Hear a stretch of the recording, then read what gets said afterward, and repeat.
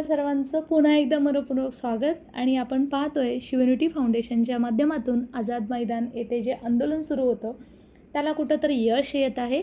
आणि आता with interview round असेल, उर्दू ओपन कन्वर्ट राऊंड असेल रयतवाल्यांचा, त्याला गती आलेली आहे. आणि शिक्षण मंत्र्यांनी दिलेल्या आश्वासनानुसार प्रलंबित शिक्षक भरती तात्काळ होणार आहे. आणि हेच आपला परिपाक आहे. त्यासाठी तुम्ही दिलेल्या सहकार्याबद्दल, प्रत्यक्ष दिलेल्या सहकार्याबद्दल आपले मनापासून धन्यवाद. चला तर आपण या व्हिडिओमध्ये पाहूयात की विथ इंटरव्ह्यूच्या संदर्भात जे प्रसिद्धीपत्रक जाहीर झालेलं आहे त्याच्या संदर्भात आपले जे मांढरे साहेब आहेत त्यांनी काही सूचना दिलेल्या आहेत आयुक्त कार्यालयातून, न्यूज बुलेटिनच्या माध्यमातून.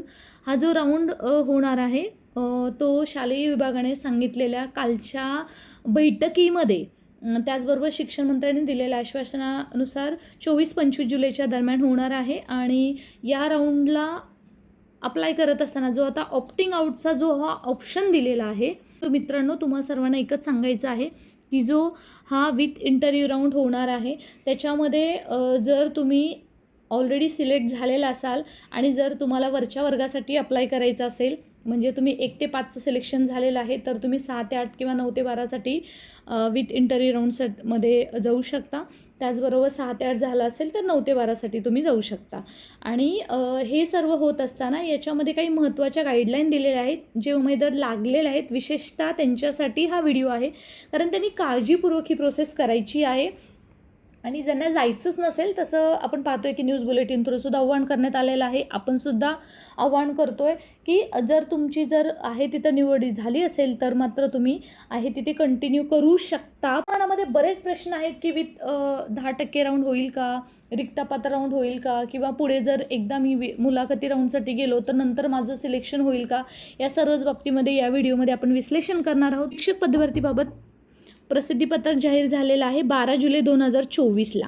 आणि त्याच्यामध्ये पहिल्याच याच्यामध्ये आपल्याला सांगितलेलं आहे की मुलाखतीसह पदभरती हा पर्याय निवडलेल्या खाजगी शैक्षणिक संस्थांनी पोर्टलवर जाहिराती दिलेल्या आहेत. अशा संस्थांना जाहिरातीतील विषय व आरक्षण विचारात घेऊन मुलाखतीनुसार पात्र उमेदवार उपलब्ध होणार आहेत. आपण पाहिलं की पहिल्यांदा ज्या काही खाजगी संस्थांनी ॲड दिलेल्या होत्या पवित्र पोर्टल थ्रू आमच्या इथे शिक्षक देण्यात यावेत, ज्या ग्रँटेड आहेत, काही नॉन ग्रँटेडसुद्धा आहेत किंवा मिनिमम ग्रँटमध्ये सुद्धा आहेत, त्यांच्यासाठी आता गुणवत्तेनुसार उमेदवार उपलब्ध होणार आहेत.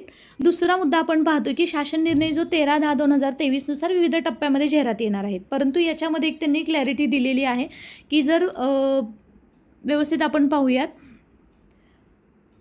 एकदा निवड झालेला उमेदवार आहे झाल्यानंतर असा उमेदवार पुन्हा नव्याने येणाऱ्या जाहिरातीनुसार त्याने अर्ज केल्यास निवडीसाठी त्याच गुणवत्तेनुसार पूर्वी शिफारस झालेल्या गटापेक्षा वरच्या गटासाठी अर्हतेनुसार पदासाठी पात्र राहील.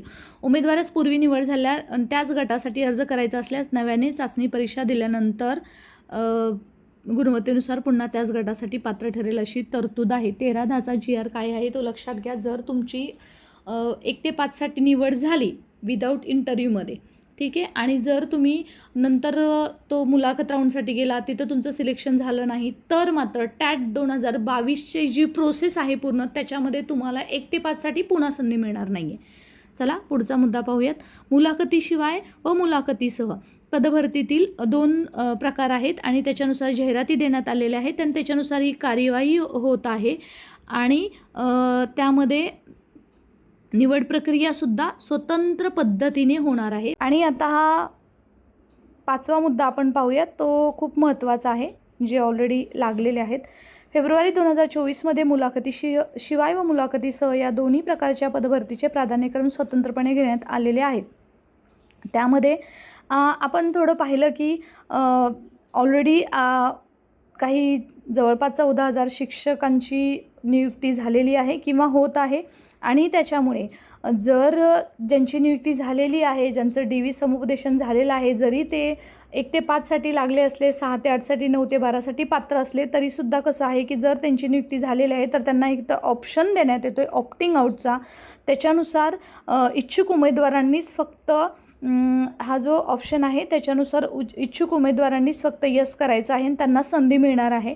एकदा तुम्ही ती संधी घेतल्यावरती जर मुलाखतीमध्ये जर तुमचं जर सिलेक्शन झालं नाही, कारण मुलाखत राऊंडसाठी एका जागेसाठी 10 उमेदवार देण्यात येणार आहेत, 30 गुणांची मुलाखत होणार आहे.